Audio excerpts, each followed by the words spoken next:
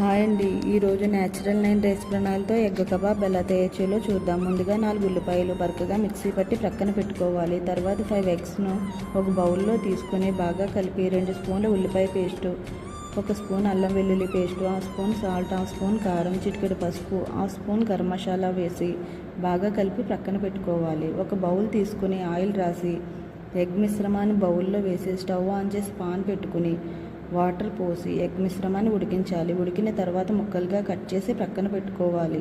తర్వాత stove on చేసి pan పెట్టుకుని 2 స్పూన్ల న్యాచురల్ 9 రైస్ బ్రాన్ ఆయిల్ వేసి వేడయ్యాక ఉల్లిపాయ పేస్టు, పచ్చిమిర్చి ముక్కలు వేసి వేగాక చిటికెడు పసుపు, 1 స్పూన్ సాల్ట్, 1 స్పూన్ కారం వేసి కట్ చేసిన ఎగ్ ముక్కలు వేసి కొంచెం కొత్తిమీర వేసి దాన్ని గోల్డ్ కలర్ వచ్చే వరకు వేయించాలి. కావాలంటే ఇంకా ఎర్రగా ఫ్రై చేసుకోవచ్చు. అంతే, ఎంతో రుచికరమైన న్యాచురల్ 9 రైస్ బ్రాన్ ఆయిల్తో చేసిన ఎగ్ కబాబ్ రెడీ.